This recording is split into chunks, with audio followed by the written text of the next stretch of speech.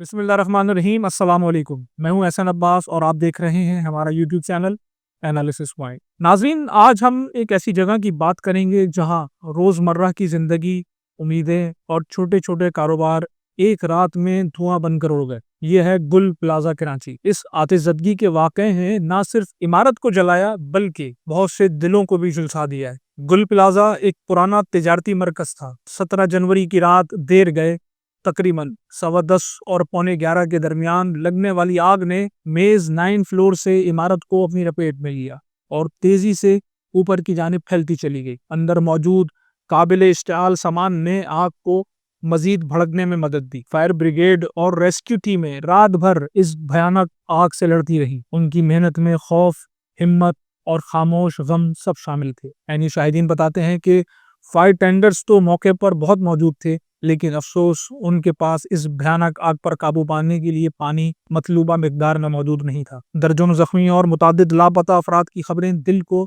چیر دیتی ہیں۔ تجارتی نقصان بھی بہت بھاری ہے۔ سینکڑوں دکانیں جل گئیں اور بہت سے لوگ اپنی روزی روٹی کھو بیٹھے ہیں۔ یہ منظر دیکھ کر غم کے ساتھ یہ سوال اٹھتا ہے کہ کیا ہم نے ان کی حفاظت کے لیے کوئی ٹھوس اور مؤثر اقدامات کیے؟ آگ اتنی خوفناک تھی کہ عمارت کا اگلا حصہ منہدم ہو چکا ہے اور باقی بچ جانے والا آدھا حصہ بھی اتنا کمزور ہو چکا ہے کہ کسی بھی وقت گر سکتا ہے۔ ذرائع کے مطابق تیسرے درجے کی آگ کی شکار عمارت گل پلازا میں 2 الگ الگ شادیوں کی شاپنگ کے لیے آنے والے 2 خاندانوں کے 12 افراد بھی تاحال لاپتہ ہیں، جن میں خواتین اور بچے بھی شامل ہیں۔ گل پلازا کے باہر موجود ورثاء کا کہنا ہے کہ کرن نامی لڑکی کی شادی کے لیے اس کی والدہ کوثر اور دیگر گھر والے خریداری کرنے گل پلازا گئے تھے، لیکن پھر گزشتہ رات سے ان سے رابطہ منقطع ہو گیا۔ لاپتہ خواتین کو ڈھونڈنے آئے ماموں اور ممانی نے بتایا کہ ان کی فیملی قریب نہیں رہتی ہے۔ خاتون کے مطابق گل پلازا آگ میں ان کے 6 رشتہ دار لاپتہ ہیں، جن میں دلہن کرن کی ماں کوثر، ان کا اکلوتا بیٹا سعد،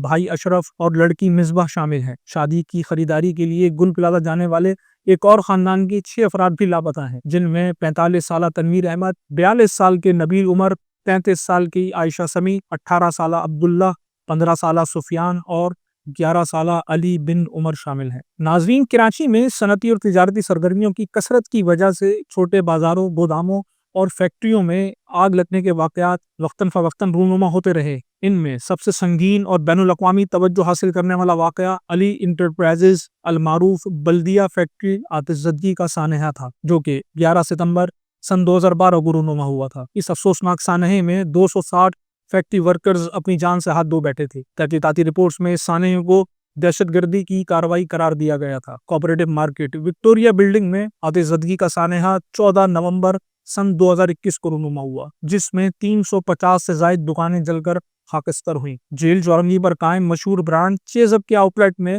1 جون سن 2022 کو خوفناک آگ لگنے کے سبب پورا آؤٹ لیٹ جل کر خاکستر ہو گیا۔ 6 دسمبر سن 2023 کو عرشی شاپنگ مال عائشہ منزل پر خوفناک آگ بھڑک اٹھی۔ اسی طرح گلستان جوہر میں قائم RJ شاپنگ مال ایک کثیر المنزلہ تجارتی مرکز ہے، جہاں دکانیں، دفاتر اور گودام موجود ہیں۔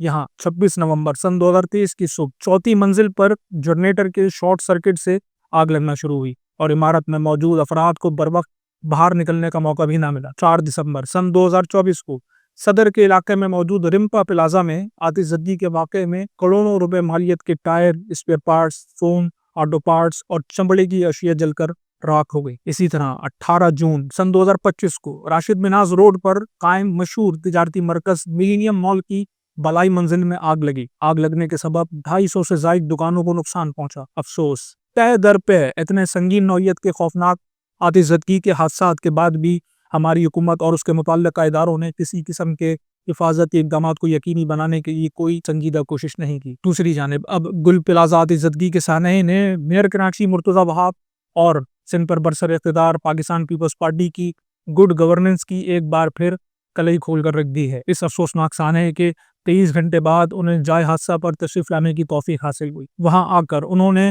وہی روایتی بیان بازی سے کام لیا اور چلتے بنے۔ اس موقع پر متاثرین کی جانب سے شدید احتجاج بھی دیکھنے میں آیا۔ متاثرہ دکانداروں نے قاتل میئر کے نعرے لگائے اور ان کے استعفے کا مطالبہ بھی کیا۔ ذرائع کے مطابق متاثرہ دکاندار اور ملبے تلے دبے شہریوں کے اہل خانہ نے نزدیک ہی موجود ڈپٹی کمشنر آفس میں داخل ہو کر شدید احتجاج کیا اور نعرے بازی بھی کی۔ ناظرین، سانحہ گل پلازا پر حکومت سندھ نے تفتیش اور فائر سیفٹی آڈٹس کا حکم دیا ہے۔